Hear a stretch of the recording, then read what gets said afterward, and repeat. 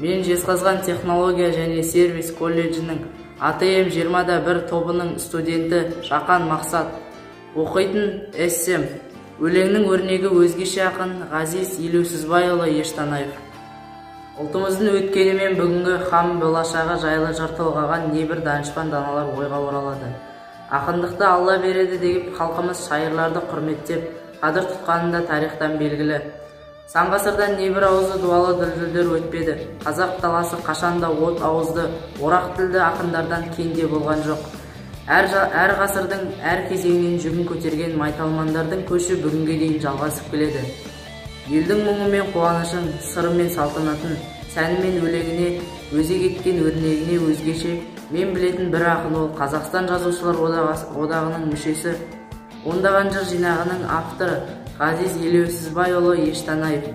Ол кісі 1953 жылы 22 наурызда Қарағанды облысы Шет ауданы Нұра ауылында дүниеге келген.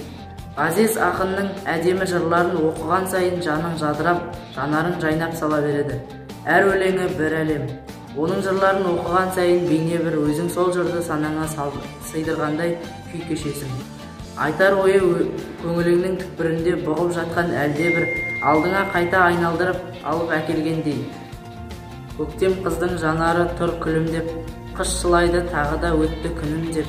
Өлараның кірпігінің ұшында бір дәмші жас дірілдеп дейді.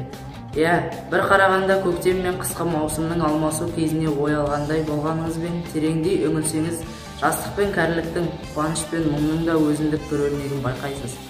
Ару қыз боп күлімдеп жүрген көктемнің жадыраған жастығын, аяғы қалтылдап, аяғы қарсылдап, қайран жастығым-ай дейтін қарияның көңіл күйінде байқағандай боларсыз. Өлараның кірпігі мына тіршілік, ертеңгі күнім не болар деп келешекке діріл қағып қарайды. Оны және ақын жырында бұлайша суреттейді.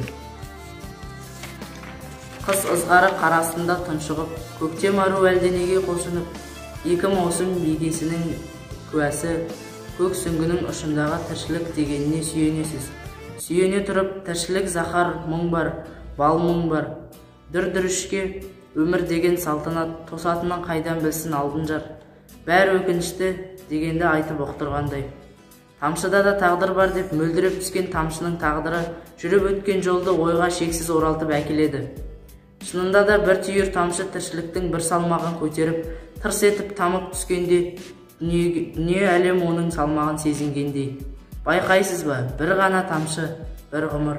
Міне, ақынның айтары да айтқысы келгені де бәлкім ғұмырдың әр тамшы сәті бәрінен де бағалы дегенді білдіргісі келген болар. Бұл ақынның тіршілік жайлы жазған бір өлеңінде шөкімдей ойдың атан тарталмас жүкті көтеріп тұрғанын көрсетеді. Ғазиз ақынның жырларын оқи отырып, өмір жайлы терең толғаныстарды ой елегінен өткізгендей боласыз.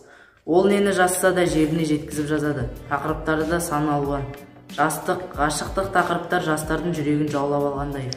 Өмір жайлы тіршіліктің сан тарау тармақтары да ақын жырауларының жауһарындай көрінеді.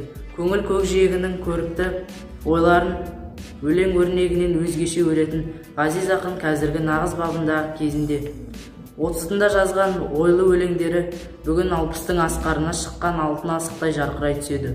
Оның жырларын жаңарып, жасарып, өзгеше өрнектеліп өрілуінің өзі табиғатпен үндесіп жатқандай. Көктем мен қыстың алмасып жатқан шағында, күн мен түннің теңескен сәтінде, тұп-тура 22-ші күні шыр етіп дүниеге келген Ғазиз ақынның тіршіліктің тамырын дөп баса білуінің өзінде де бір өзгеше өрім бардай. Өзгеге ұқсамайтын өзіндік бітім болмысы бөлек Ғазиз ақынның әлі де жаңа жырлар күтеміз. Себебі ол ақын. Ал ақын жазған жырлар халықтың игілігіне қызмет етеді десек қателеспейміз. Мен үшін тұлға, мен үшін жерлес, мен үшін ақын аға, жазарыңыз көбейе берсін, Ғазиз ақын.